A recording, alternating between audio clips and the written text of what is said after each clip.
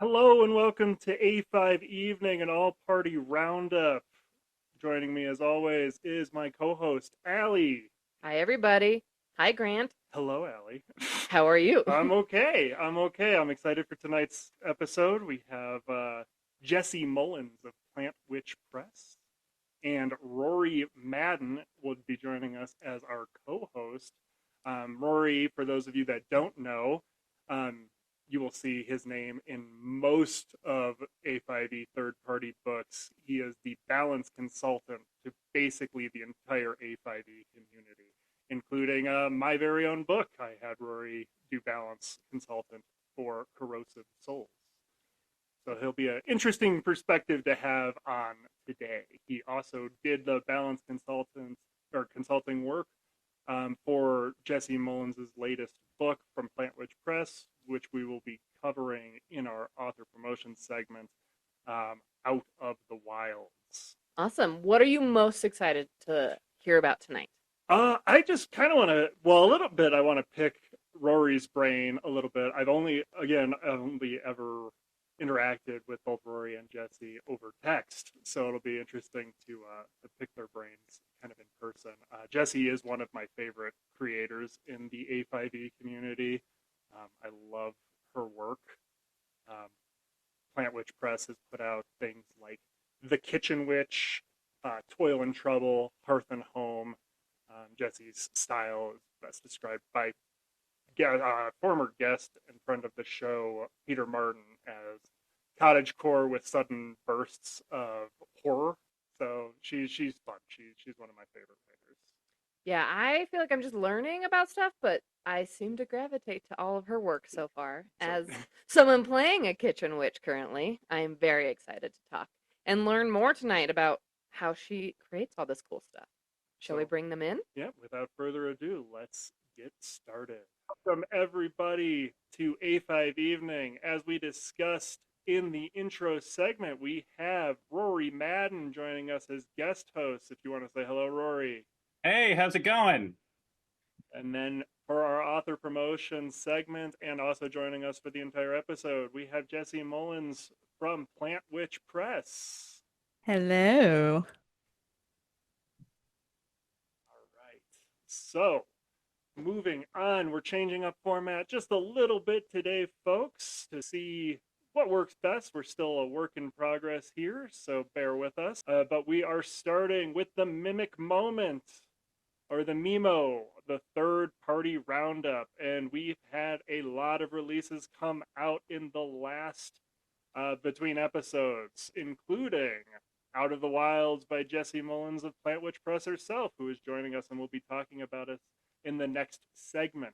Next up would be Martial Artistry, which funded on BackerKit by friend of the show, Rachel Williamson, also known as Steampunkettes. It ended on the 15th of July, funded pretty well, and will be on Drive Through RPG soon. If you backed it, you should have it now. I got the email just a little bit ago with my copy. And if you missed the crowdfunding funding campaign, it should be on Drive Through RPG soon. I had just talked to Rachel about that. Coming up, we have a few things coming up that'll probably be between this episode and the next. We have a setting book by Awesome Edition, which will be called Salenthia Chronicles, Envoys of the Jade Empire. I just talked to Enzo, and that should be coming out in the next couple of weeks. Wrapping up the third party roundup, the MIMO is going to be Single Class Synergy Volume 3 by friend of the show, Peter Martin of Purple Martin Games, which will be either coming out the end of this week or the next week.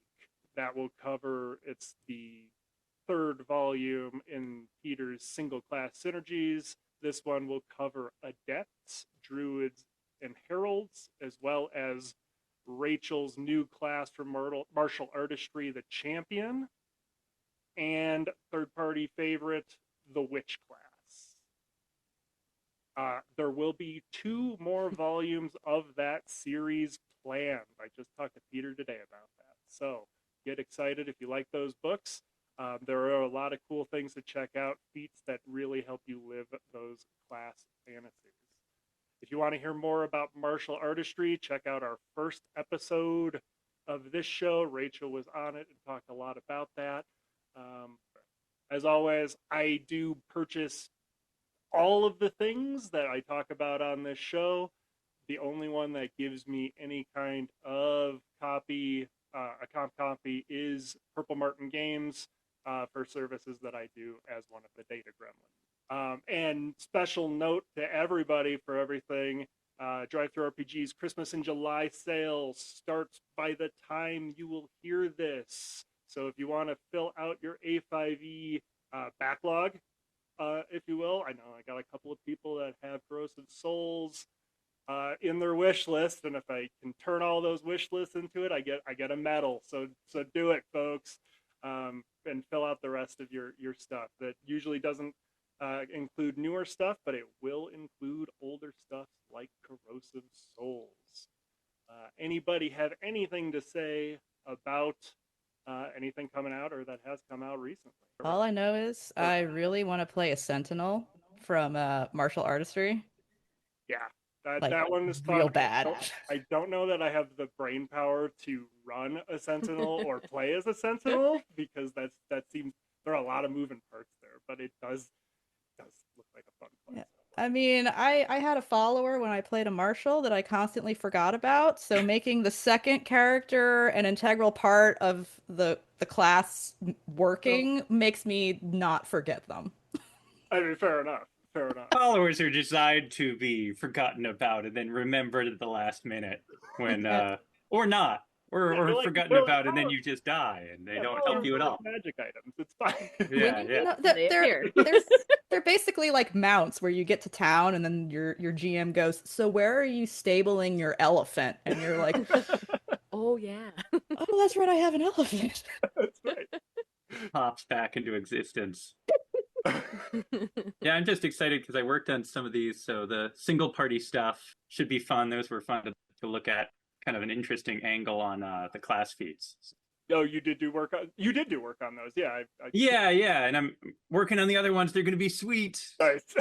Yeah, and when I say working, just providing feedback and like balance, consultation and stuff like that. Obviously, Peter is doing the bulk of all the design work on this. How about you, Allie? Oh man. I feel like so many things. I mean, martial artistry, of course. I love a warcaster. I like to not overthink the spell casting so much. So watch out for that in the future, Grant. That might be my next character. I will. Again, for those of you that don't know, Allie is one of my players. Yeah, that helps give it context. Yes. I'm just gonna do that to you normally. Don't worry. Perfect. Well, anything else before we move on to our next segment? Like I said, this past, I guess, little month or so between episodes has been a lot, and it doesn't really show a whole lot of slowing down as far as releases go in the third-party space. These are just the ones that I have immediate like confirmation that they're. I'm hard at work on my next project. It'll be a rescue theme. No, in no small part inspired by my having a 5-year-old and him liking the Paw Patrol. So Paw Patrol. Did you say inspired by you having a 5-year-old? Did you say a 5-year-old who at least used to be fond of Paw Patrol when I got the idea. nice? Yeah, I've got a 7-year-old daughter, so Nice. yeah. Yeah, you probably know then. Yeah. Oh, plenty about Paw Patrol and then Peppa Pig. Sure. All sorts of Yeah, fun he has inspirations. not done the Peppa Pig, but it's also inspired by my love of Mr. Rogers. And look, the Please. book will be titled "Look for the Helper." Look for the helpers, and then the subtitle is "Running Towards Screams," because you people really like the blood and the screams, and you know that just helps move books. So. Great title. Hey man, I released Hearth and Home and then turned around and was like, "Hey, here's Bloody Heretics." Right? What's up, Exactly. guys? Yeah, Jessy is also a big inspiration to me. So, speaking of Jessy, that pretty much wraps up the Mimic moment for this past, and now we are heading into the author's promotion segment. Jessy, would you like to introduce yourself just a little more in detail? Because Jessy is now our basically our focused on author. Hello, my name is Jessy. I am the person behind Plant Witch Press, the one wearing the witch hat, so to speak. Peter Martin once described my style as cozy with sudden horror, and that is the most apt description that anyone has ever put together for me, ever. So I just kind of took it and ran with it. I am here to make you feel warm and cozy, and then to stab you in the back, or melt the flesh off your bones, or whatever nonsense I happen to come up with. Awesome. Well, I know I'm super excited to talk to you. I'm playing a kitchen witch currently. I want Oh to level up boy. so I can use grease fire, speaking of melting people, Okay. but Good it'll old be a grease little while. fire. Yeah, good old grease fire, right? Good old grease Um, fire. but no, Out of the Wilds was awesome. I loved every second of it. And I was wondering if we could just start off by having you give us just a quick kind of synopsis of what to expect from it.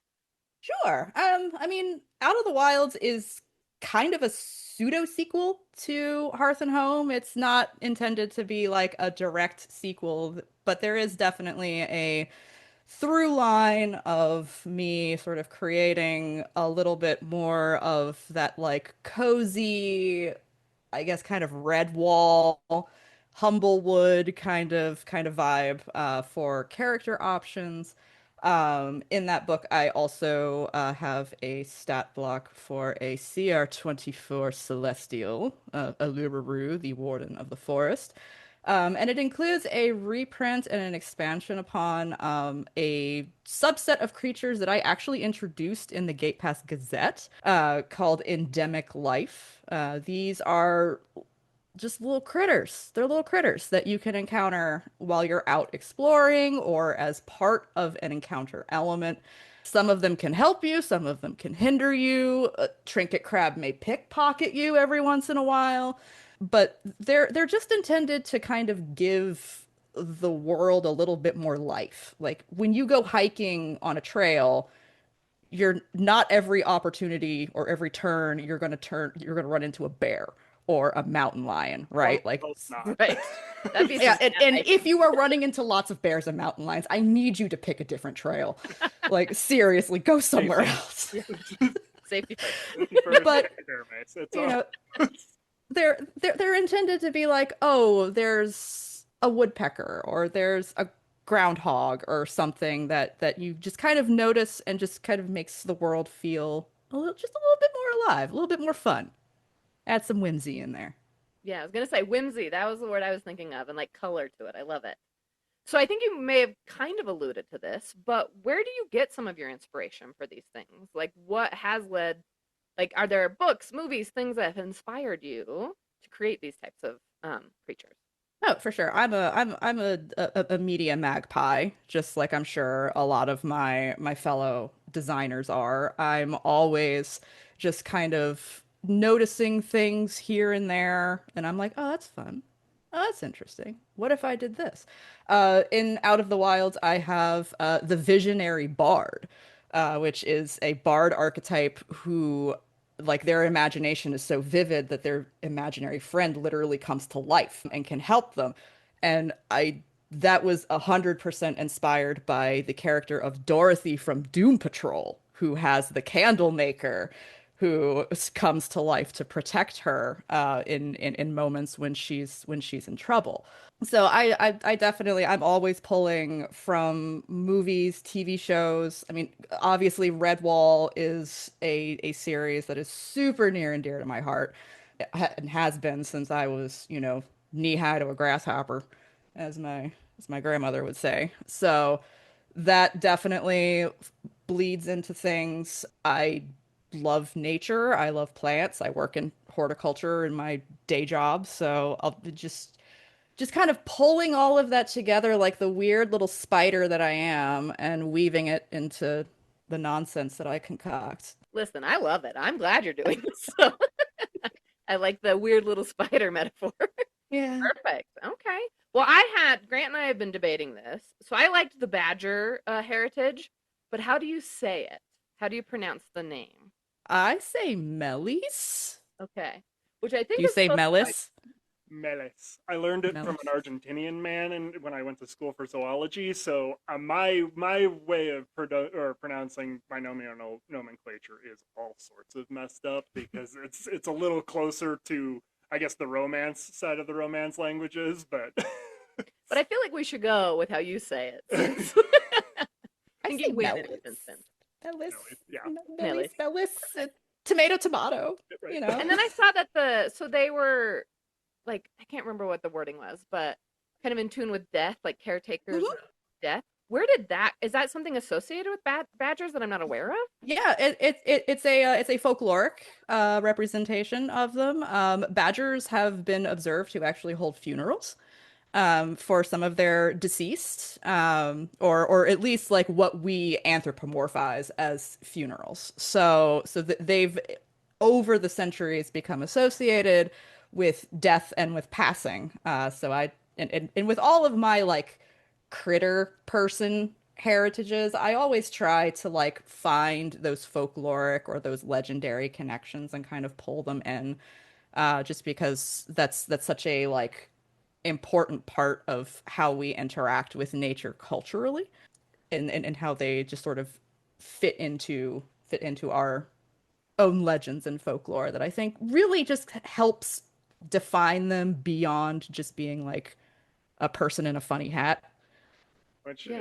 Which is the peril of a lot of your various different heritages. Not your heritages, because I'm just saying heritages as a whole. You have to avoid the yeah, human in a funny hat, because it's a really easy trap to fall into without even thinking about it. Well, that's fascinating. I was curious. I thought that might be the case. No, I think that's super cool. You learn something every day. Yeah. Cool. Awesome. Well, then with that, as we're kind of digging maybe a little too into the specifics, what would you say is for players in this book? I mean, there's tons of heritages and cultures and backgrounds. What would you say are some kind of gems for people to take away? I know a lot of people have been clamoring for something that is like a turtle analogy. Turtles were super popular in O5E, and we haven't really gotten like a turtle analog for A5E. So I decided to take that and make the Tortrum, but they are very, very solidly like tortoise. They're not like tortoise slash turtle. So these guys are very terrestrial. They got a big old shell that gives them natural AC, and if you take a certain Paragon gift, you get to reflect spells back on casters, which is one way to troll your GM. Which I love to do. You gotta keep it hidden until they cast a spell on you. Then Yeah, you yeah. really get them. That's the trick. Surprise! Yeah. I've also let's see, what else did I even put in this book? Let's see, I have There are archetypes for your Oh, yeah. class. Yeah, there's 6 new archetypes in here, including ironically my first druid, Yeah, that's which wild is to me. the That's your first one. the meadow dancer druid, who sort of takes the frenetic energy of a flower field with all of the pollinators and the rejuvenation, and sort of uses that to their advantage. There's 2 new Bloodblade archetypes in here: the Bewitched, which is the Fey Bloodblade, and the Chlorophyte, who is the plant-themed Bloodblade. But you got the tailor in there too, right? Oh yeah, yeah, the Tailor. You want I to like the tailor. you want to be a secret agent? Artificer? You want to transmute your magic items into other items so that way nobody knows what they are. Taylor, super sneaky. Ooh. Live out your James Bond life. And that this is your director's cut version of that, because that appeared in a gate pass, right?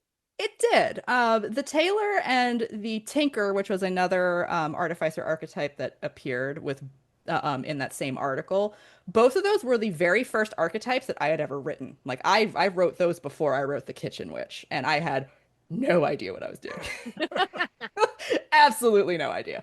So this is me sort of taking everything that I've learned since I wrote that and sort of going back and applying all of that knowledge and Rory's assistance as well, just to kind of make the Tailor a little bit more what I wanted it to be, even like at the point where I wasn't able to get it to where I wanted it to be.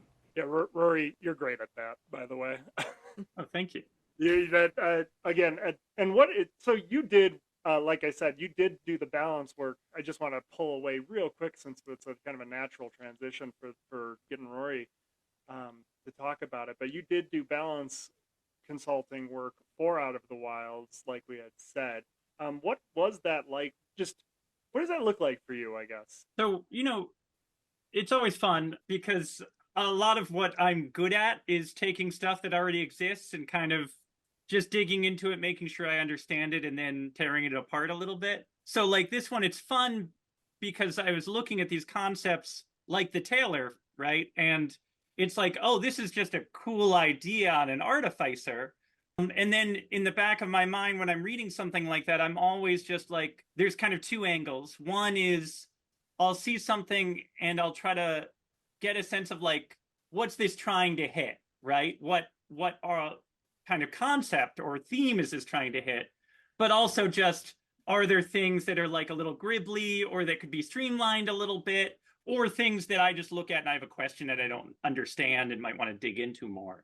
So partly when I'm looking at something like that, I just get excited about, okay, I see what you're going for here, but maybe there's just an angle here that could lead a little tweaking to realize that vision a little bit more.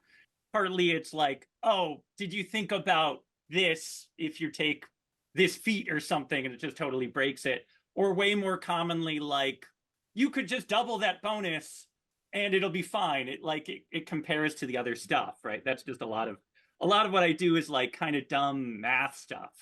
I'm like, I look at this +1 bonus could be a +2 bonus and it would be totally fine, right? Something it like would that. make it more fun, for example. Yeah. I'm often surprised by how much of it is like me telling someone just to make something bigger or lean into it a little bit more, because I'm used to looking at like source books and finding the broken stuff and being annoyed, like, how did that make it past development?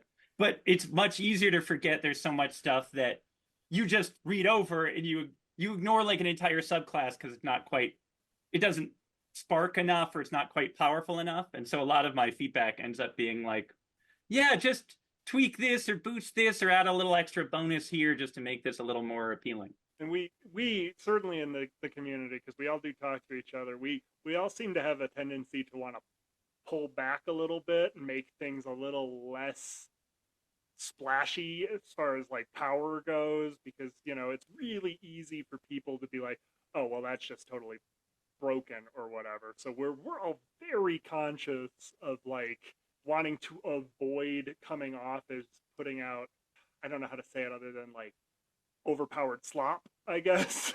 Sure, yeah.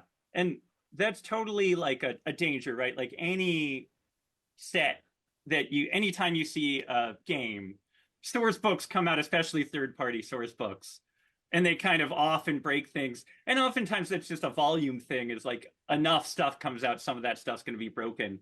But the thing that I've kind of noticed, I have noticed that about this community, and so I just feel a little more comfortable of the level up folks or the A5E folks of being like, I'm going to kind of push it a little bit. And then oftentimes the person will say, well, I don't know if I want to go that far. We'll kind of compromise in the middle. And then like that, I'd say like 80% of my stuff is like pushing the power level or streamlining things a little bit. And only 20% of it is like, oh, oops, there's something totally broken here. Let's push it. Let's lean it in a little bit.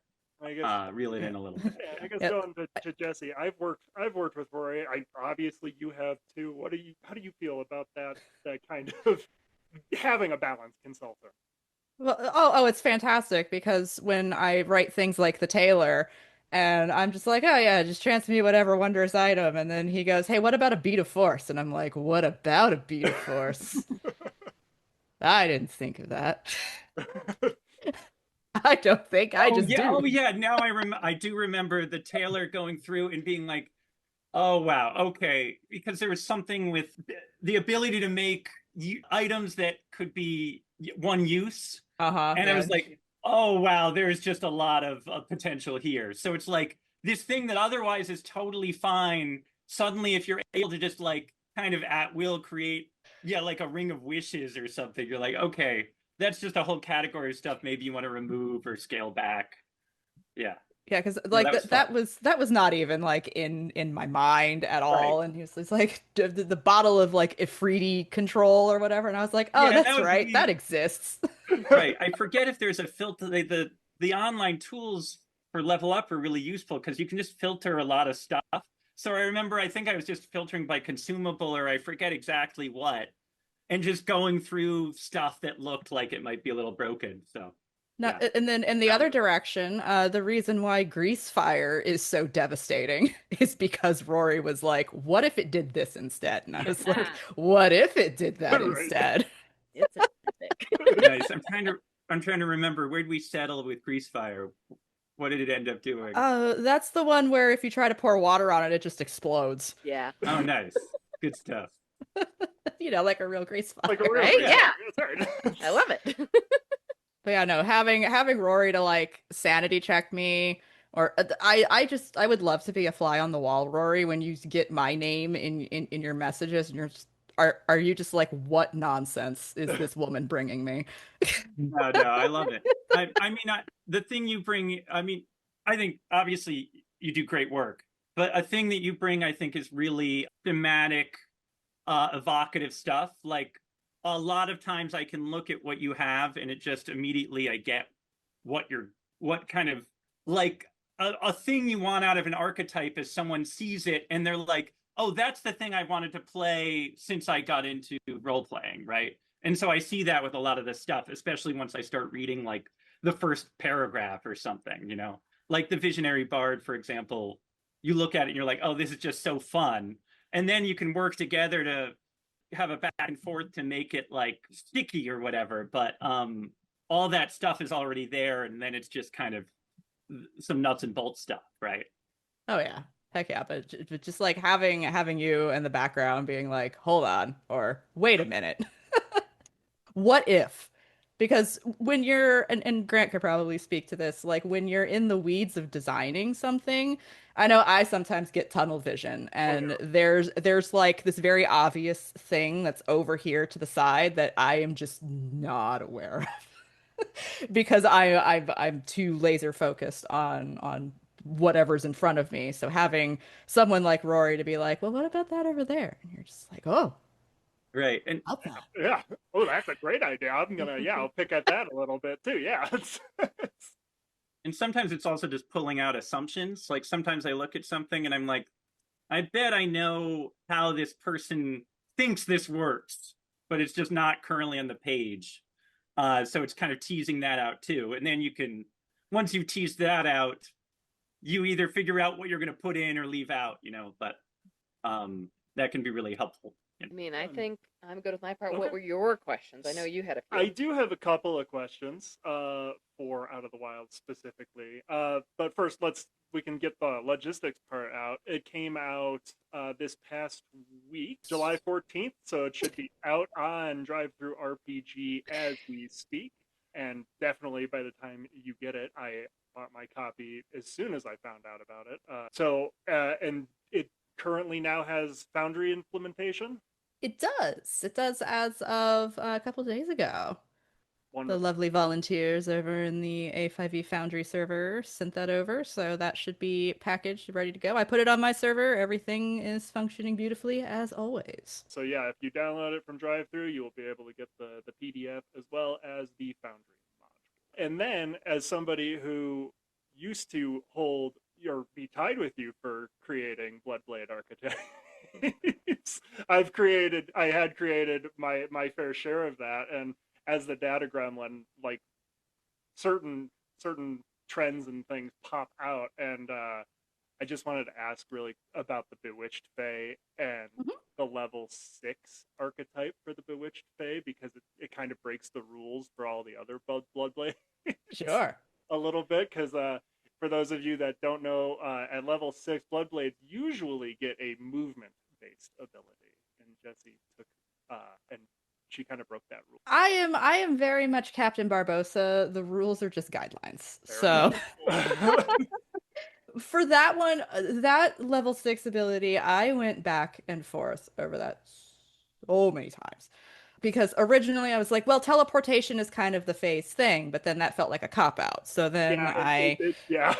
So then I was like, okay, well, how can I play with that? And just danced around a bunch of different things, and one of them just got really complicated, and I was just like, okay, hold on. You can have them just give them like a minor mirror image kind of thing. And like in my mind at least, that's like adjacent enough to movement where you now have like you're not teleporting out of the way, you're not immediately moving, you don't go incorporeal like the Grave Walker does, but you now have something that makes you at least a little bit harder to hit, which if anyone's looked at the Bloodblade, you know having them be harder to hit is usually a good thing for everyone. Yeah, it depends, I guess.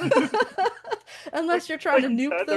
they're like a grenade that you just want to throw into a pack of enemies. Yeah, And do not hold on to too close. chuck that grenade, or maybe they're about to go off and you're just like, man, you're real close to me right now. I wish you were 15 feet that way. But yeah, that was just me trying to find something that was very unique and very Fae like I would agree. for that particular archetype that wasn't just like I don't know, man, teleport 30 feet. And if there's any archetype that should break a informal rule, it should be the Fey one, right? So, Oh yeah. well, any other thoughts about Out of the Wilds? It's lovely as always. Your layout is very, very great. The art is beautiful. Thank as you. always. The art is very good. You didn't. Was this the one that you drew anything for? The Blossom Ray in the Okay. Endemic Life. I contributed that to myself. I don't think I put myself in the image credits. Oops. Well, there's a teaser for our podcast. There- then. there you Update coming soon with me crediting myself for my own art. That is another note about the art in Out of the Wilds. The art for the Benefactor Herald is actually a piece that I commissioned from an artist on Drive-Thru RPG. It's the same artist who who has the stock art for the Taylor Artificer, Vigelio Kaliva on Drive-Thru RPG. They are wonderful to work with and extremely talented.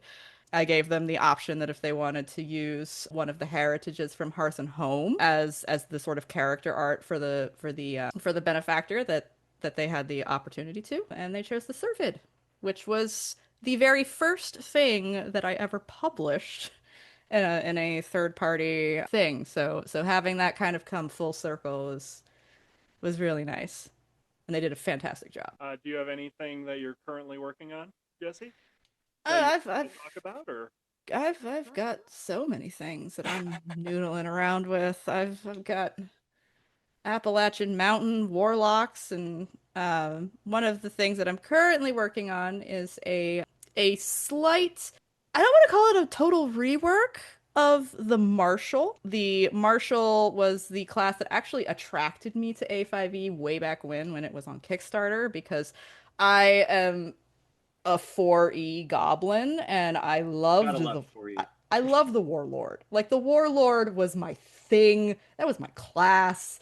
And the Marshal really helps to bring that idea of being a battlefield commander into the 5E sphere.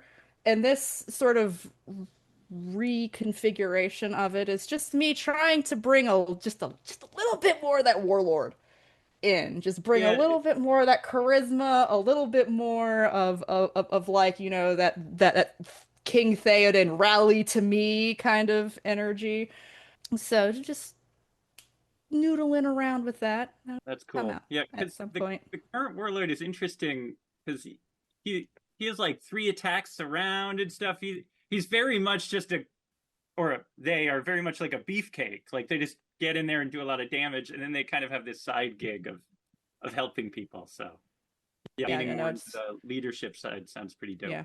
What more of that charisma? One of my intentions is to actually kind of break the core class a little bit out from being tied to a stronghold, at higher levels. Not that I hate strongholds. I love strongholds. I'm a Minecraft girly. I love base building. But it doesn't fit into every campaign necessarily. So I want to kind of break out the stronghold bits from the core class and then actually pivot those into an archetype instead. So having a martial archetype who's all about having a stronghold and having sort of this base of operations that you're able to function out of, whereas the base class is going to be more about being in the field in the heat of battle, commanding people and making sure that everybody stays alive. So, moving on from that, we had kind of a pretty big month for the first party, EN Publishing. They launched Pets and Sidekicks, which funded very quickly over on Kickstarter. Link for that will be in the show notes. That is a whole book written by Paul Hughes, kind of expanding out the systems from Monstrous Menagerie 2 for Pets and Sidekicks to level up beside your characters. That book is going to be such a problem for me. And Everything is going to be it's already can we keep it. Now it's just going to be Right. can we keep it, but hey, wait, there's actually rules for us to be able to keep it now. yeah, maybe, that might put the damper on some people's wanting to, can we keep it if there are rules? Yeah, suddenly now your elephant doesn't just teleport back when you come into town. Now you have the elephant following you around. They're leveling up with you. Yeah. That's right. You're now forced to remember that the elephant needs to eat.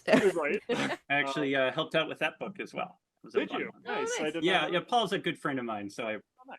I work on some degree on a lot of his stuff. Either doing more in the weed stuff, which I did for a portion of that, and then he was like, "Hey, can you just look at all the monsters that I created and point out if anything's like totally broken?" Right.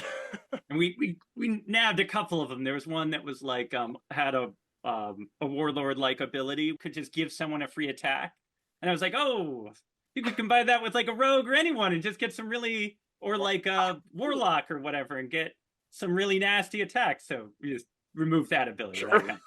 That was fun. There's That's- always something. There's always something that you miss That's right. Yeah, for sure. or that you don't think of that beat a force. But yeah, Pets and Sidekicks, I backed it myself. I'm looking forward to digging into that. And like with all ENP Kickstarters and crowdfunding, the PDF will be available basically as the second the campaign wraps. Look forward to that coming. The campaign's running for about a month, I believe. So look forward to getting your hands on that book in August. Also releasing this past break between episodes was Gay Pax Gazette number 41. I did pick up. It's got Thick Skin, the Pachydex Heritage. Speaking of animal folk, this one is your character options for elephant, hippo, and rhino folk. It is culture and heritages. And that is by Andy English, who I believe is a first-time contributor to Gay Pass Gazette. Then we have Fantastic Fortitude class options for Hardy Heroes by Jack Dwyer. And this is basically a collection of new knacks, and then there's also one feat, all focused on character survivability. So all of these knacks are to focus on a character fantasy where you're tough, but you don't necessarily want to be a berserker, although there are options for making your berserkers in this article extra tough. Just a bunch of knacks for several classes in there. I'm always a fan of bringing more knacks into the space. I like knacks. And Rory wrote some of the knacks for Venture Forth, which is a third-party book by Speaks and Spells, Clark Peterson's publishing imprint. Jessy, I believe, also worked on Venture Forth. I did. So we have two of the contributors to the big knack book. Yeah, those were a lot of fun. Just up kind of with off the wall stuff. Yeah. Going a little more crazy than like what's in the core book.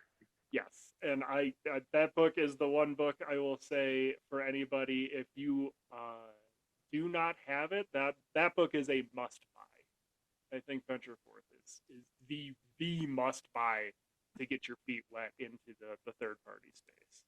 And then once you see that, you collect them all like a Pokemon master. Gotta catch Get them them all. all, man. Yeah. That's moving on from that. Next article, or in Gay Pass Gazette 41, House Fairies, The Wrathful Brownie by Jagger A. Dillon, member of the third party space as well, hangs out in that secret Discord that we all are in. And that one's new Fey creatures made A5E style, so you get lore, signs, behaviors for brownies and boggarts. I just love that Jagger is like single-handedly filling out the entire Fae catalog Yeah. in A5E. He's just Made it his busy little mission bee.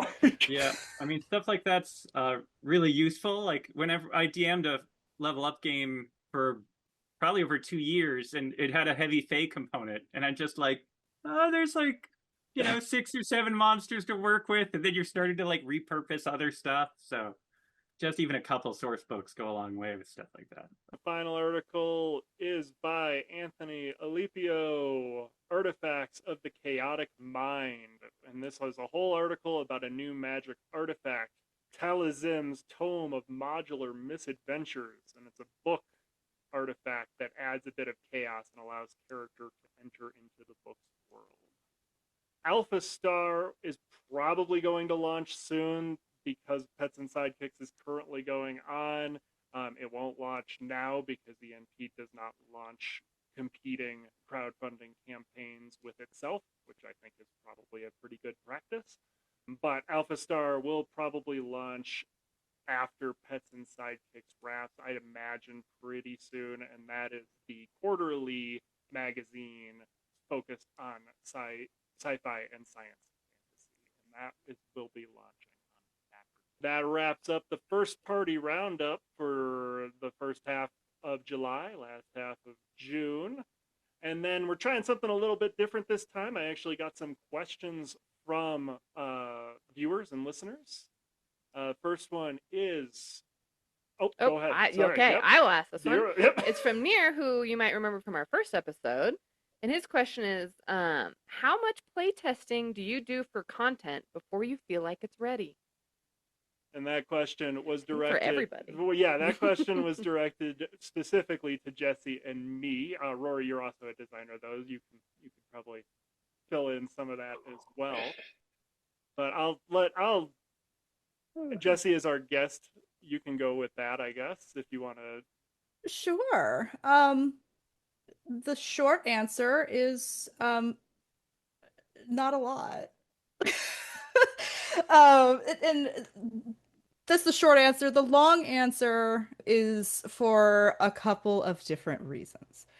One is that even if I was able to pull together a group of people who were willing and able to dedicate the amount of time and effort that it takes to play test something, at the end of the day, they give me all of that feedback back, right? All of their comments, all of that. Plant Witch Press is at its core a one-woman operation. It's just the old me.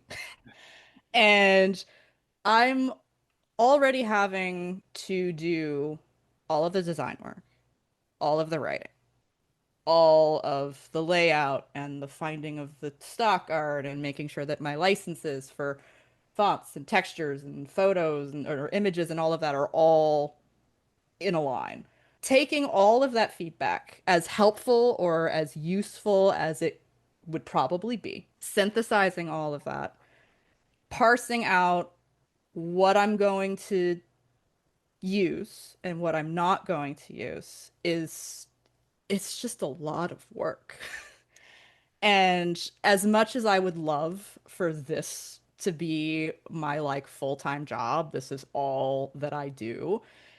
The reality is I have an actual full-time day job. This is just like my fun millennial chronic I need to monetize my hobby kind of thing. that I do. And sort of secondly to that is that if I'm having the same people who are playtesting over and over and over again, you sort of get yourself into this data echo chamber, right? You know, at the end of the day, as much as I and everyone in this conversation and people who are loving this love A5E, this is a very, very small community in comparison to something like fifth edition or Pathfinder 2E, where it's, you know, hundreds of people who are potentially playtesting something. So it's just really hard as a small third party creator to be able to get that feedback, apply it in a way that isn't, you know, actively uh, exhausting to the point and on top of everything else that you're doing.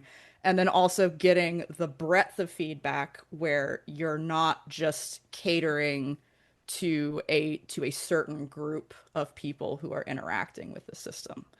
It's like it's not that I think that I'm above any kind of critique that could come out of playtesting. It's not that I don't think playtesting is valid. It's just that it's for me as little old me implementing all of that is just not feasible at this point. So, you know, I do my best. Rory checks me Yep, and that's why we on all of my worried. I mean, Yeah, I mean, on my side, I try to play that role just a little bit, which is not actually playtesting, because playtesting always comes up with stuff in the wild. But I agree that it's the value of small team playtesting would be just like, does this feel fun or something, right?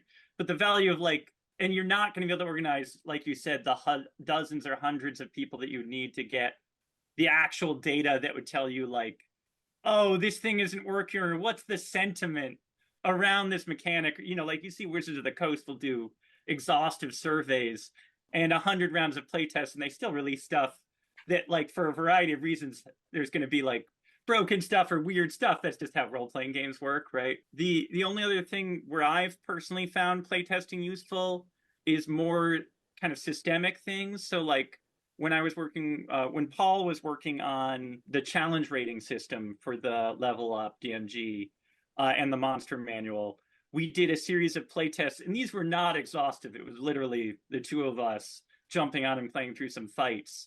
But he was like, Rory, can you put together the most boring D&D team that you could imagine? Like a champion fighter, because this was pretty early days, so the level up classes weren't fully defined, like a stock wizard. Make them good, but not totally optimized, just like they're solidly built. So it was like 4 or 5 characters. And we did a few combats at each of those levels just to feel out like, does this feel like a deadly encounter? Does this feel like an easy encounter? Did you feel like you used up some meaningful resources? I think limited playtesting, even if you have a small scale, can be useful in that. But it's just so logistically so hard to do it. And then obviously you can like Level Up in general was put out in the wild, and you get some feedback that way, right? But it's, yeah, for third party products, it's like doing playtesting is just it's just a huge logistical challenge, right? it's so hard. Like, I mean, and even if I just throw them at my players, you know, I run games for my friends and I love them and I respect them because they're my friends and they love and respect me because we're friends. So even if I gave them something that was horribly broken, they don't want to make my life Right. harder as a GM because we're all in this together as friends, right? So it's just Wow, those are some really respectful friendly players. I gave one of these players I gave one of these players a staff that had silvery barbs on it. That's how much I Wow, trust wow, wow. my friends. Yeah, man. Wow. So, One of those. Yeah. yeah, and so and me, I throw little chunks of things at my groups, whether they don't know usually if they are playtesting something. I will introduce something specifically like magic items or the like. I will just throw them in, see how they kind of work in the wild. but like Jesse said, I run games for my friends. I'm not a professional GM by any means. I just I run games when I can, and for the people that I want to run games for, and I will throw ideas in there, kind of noodle with them a little bit to see how they react. I either run a table with 3 to 7 people, so I get a lot of perspectives and things like that. And people, they're all pretty different, even though they all are part of the same group of friends. But they all have different. They're coming at it from different, backgrounds and experience with tabletop role playing games. But they usually don't know. Sometimes I'll let them know if something makes it in. Again, I only have the one release that's currently out right now, but I let them know the things in there that I did play test on. Nice. And I gave some of the features in for some of my Ooze themed Bloodblade archetypes to monsters to kind of see how they work against players, more than having a player use it, and kind of like did that in the wild. And then I hired Rory to look at it too, and that helped a lot. And then as an author in the A5E third party community, we're all on the various discords, and people are not necessarily shy about critiquing or criticizing our work. And there is a difference between critique and criticism, but we are very receptive to hearing people's good takes and takes, and then maybe even updating as we need to.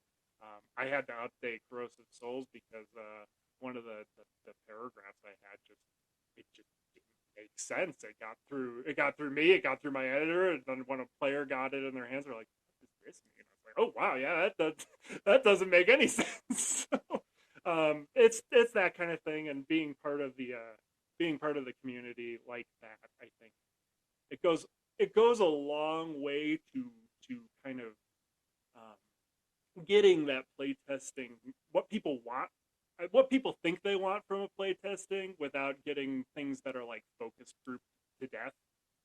For example, Nira, I hope that kind of answers your question. We all do a bit, kind of, and then we mostly hire Rory.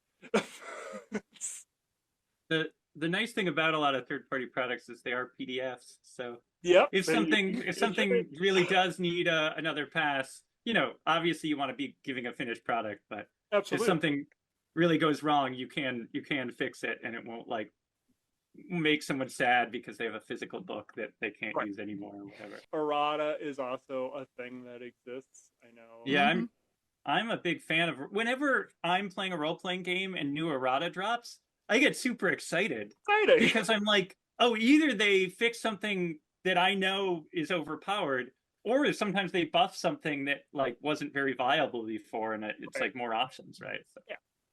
I mean, like video games get to have patches that come out, right? Why is? Oh yeah. Yeah. And then we have one more question from Selganor on the EN World Forum. Specifically, this one is addressed to Rory, because I think this person is making their own archetype. Any hints on balancing the features of a new archetype?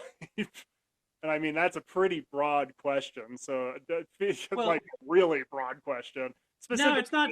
It's not too bad. Like, because the nice thing about an archetype compared to like, so there's a lot of stuff, right? There's different things, right? Archetypes are probably one of the easier things to look at because you have at least 3 other examples to compare them to, and often not more than 20 or whatever, right? Like you don't have 50. Magic items are sometimes a nightmare because I'm like, oh, I have to remember what all the magic items are and sift through this massive list. An archetype, oh, okay, you're doing this class. I'll go familiarize myself quickly with these archetypes, the base ones that came with the core book or whatever, and maybe some other new ones. And then I can literally do like a comparison and kind of like Jesse, you talked about, a lot of archetypes have things at specific levels. Oh, this is when you get, the first thing is usually kind of an archetype defining feature. So you can compare to those and be like, is it like kind? Does it kind of feel like the right kind of thing? And is it the right kind of power level, or should it be adjusted. So that's super helpful. Is like, is this something I would expect to see at level 3, for example? And then where it can be tougher is like, for example, the Berserker, right? Through talking, and especially talking to Peter about some of his archetypes, right? I would be comparing the Berserker to what's the one? There's the one that gives you elemental bonus to all your damage. It's just like one of the most powerful archetypes in the whole game, right? The Tempest Yeah, the Berserker. Tempest. And I'd be like, oh, this feels a little weak compared to the Tempest. And he was like, Rory, we can't use the Tempest as you have to use something else as the benchmark. And that's something I realized is like, and this is something that my friend Paul also focused on, is that I've tried to use as a general principle, is don't try to make something that hits like the 95th percentile in power.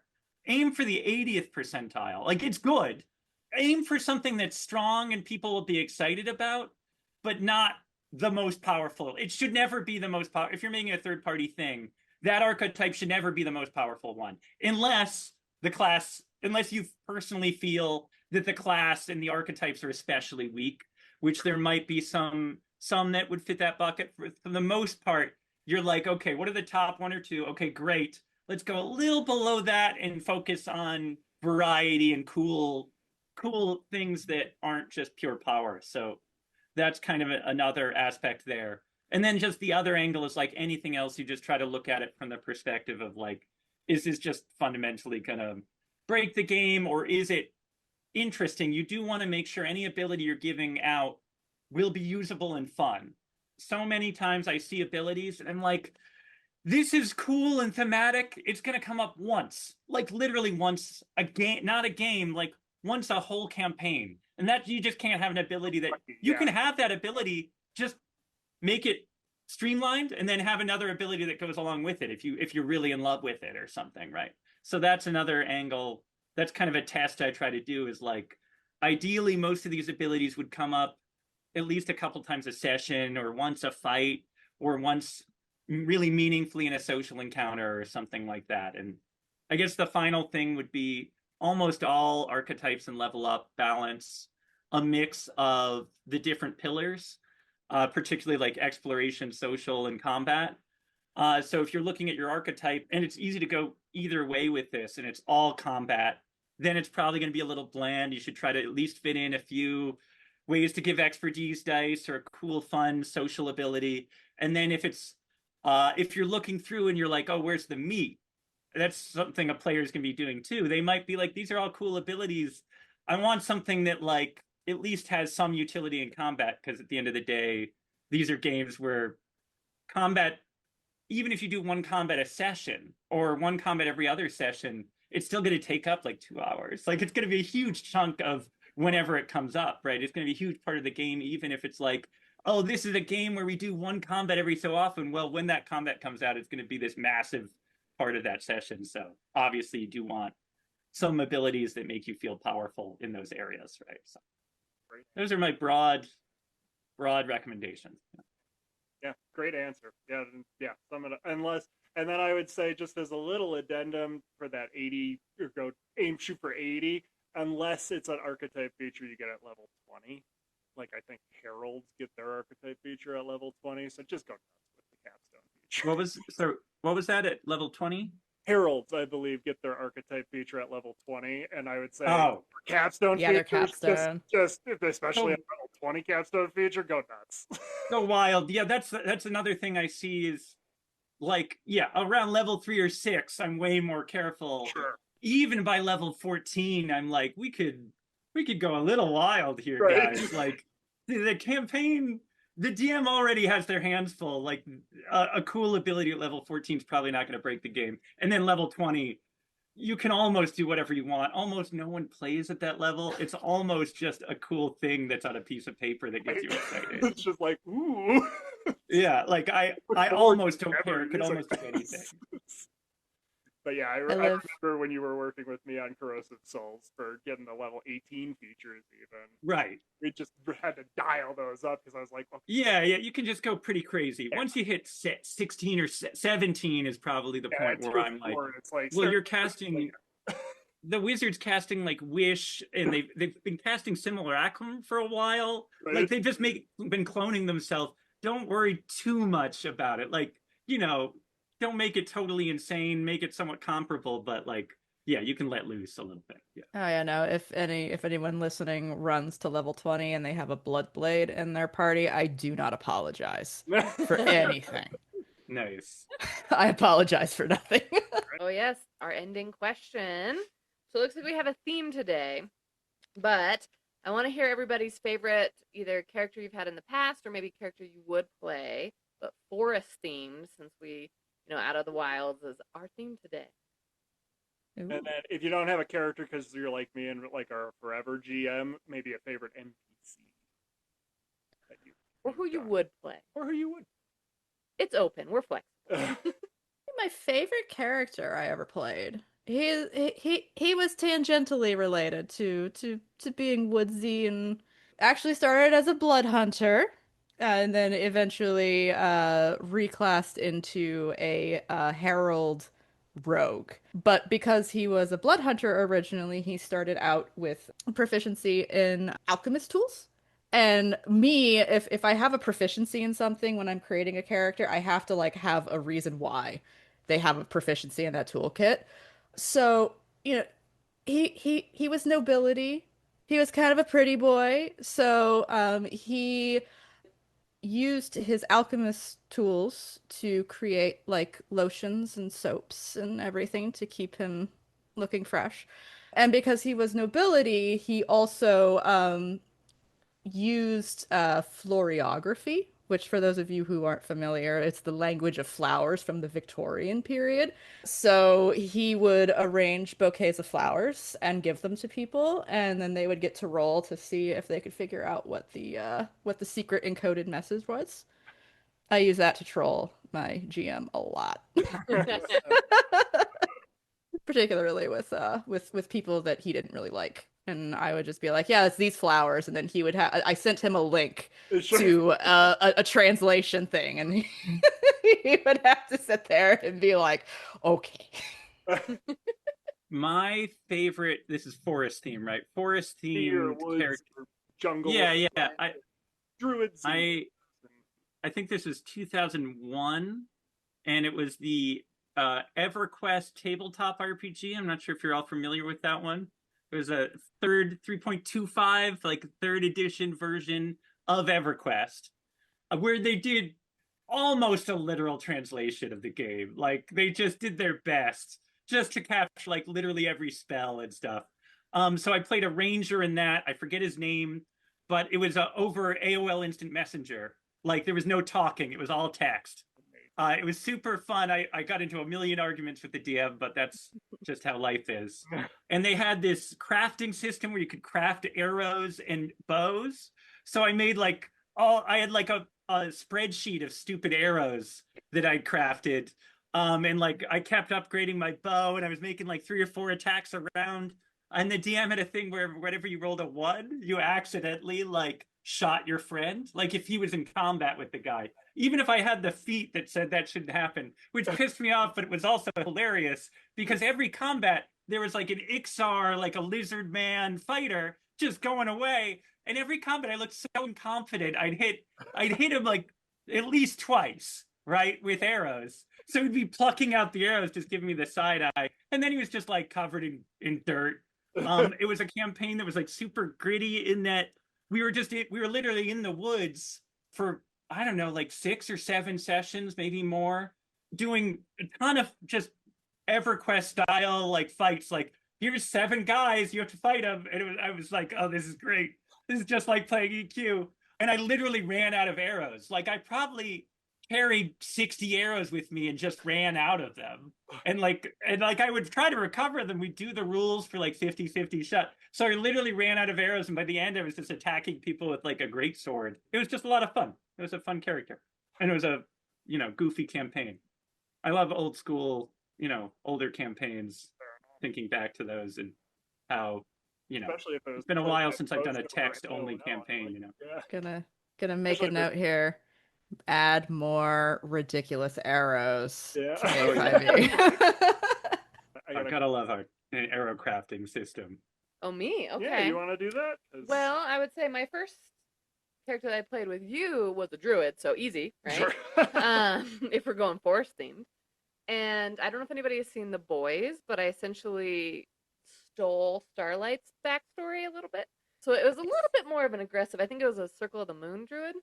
I'd have to look. It's been a while, but pretty much if I could be a bear, I would be a bear. Was this Faustina? Yes. Okay.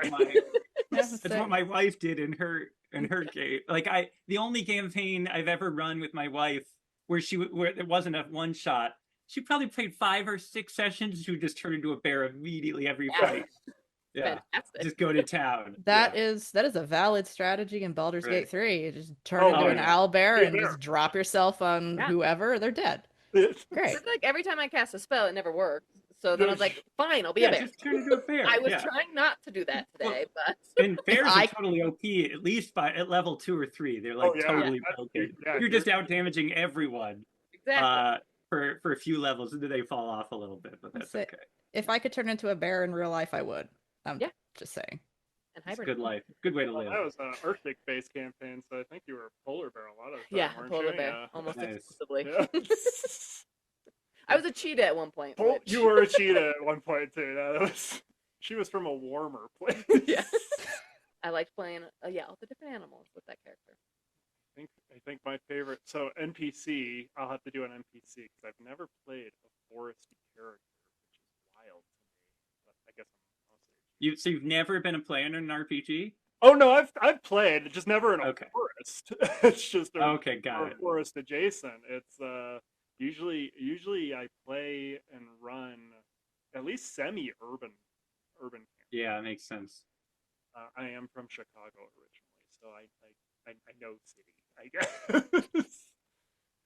But from that campaign with Faustina, that Are you druid. gonna say the tree? I could say the tree. Okay. Steve. Yeah. The That's the can I keep him? Yeah, thing. the awakened tree that just had a bunch of blades tied to all of its limbs and just kind of spun around and was a very proud town guard. That was fun. And then I was also going to say Norsu, the mammoth, which yeah. I've lifted from Rime of the Frostmaiden, I believe. We weren't running Rime of the Frostmaiden, but I lifted this mammoth who was awakened in like a sense of grief because it's giant.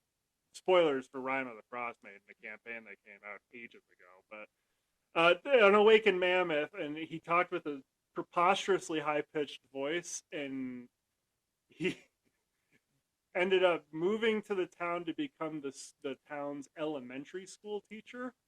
This just awakened mammoth, and he ended up was dating the town guard. It was a delight. An honest life. Yeah, an honest life. But it's just I love role playing Norsu. It was just a real fun weirdo. I probably would have learned long division way faster if a mammoth taught me. Right? Right? You'd be whacked. Whoa.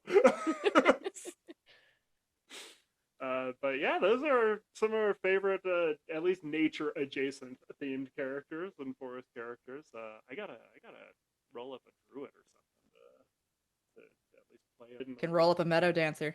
Yeah, Float like a butterfly, go. sting like a bee. that's right. Yeah. The last time we played, I had somebody run for me, and we were in a forest. I was a very urbane vox savant, and that did not go well at all. So, Yeah, we struggled a bit. yeah, that was bad. It was a bad place. Yeah, you can do all this cool stuff if your enemies can understand you. They're all mostly beasts. I'm in real trouble. Nice. So, well, thanks for joining us tonight on A5 Evening. Jessy, are there places where people can find you? I have your links that I'm going to post in the show notes, but anywhere that you'd like to point people to specifically, out of the wilds, I'm sure. Yeah, I mean, I'm on Drive Through RPG. You can find all 5 of my books. Hey.